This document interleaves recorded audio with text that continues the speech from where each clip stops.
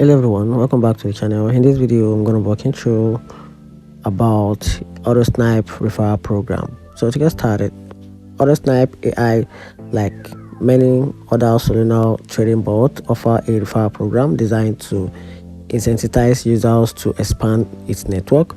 While specific details of Autosnipe AI Referral Program payouts, percentage of fee, child structures, or recurring income are not as prominent details in public information as some competitors. It generally involves user earning a share of the trading fee generated by their referrals. This means it's a common and ineffective way to those bots to attract new users. Often provide a tracking tools to manage referral users and associated earnings, aiming to create a strong user community and a consistent earning opportunity for affiliate. When comparing to other popular Solana trading bots like Trojan on Solana or Bondcore bot, a better aspect of a referral program often comes down to the commission structure and a payout frequency.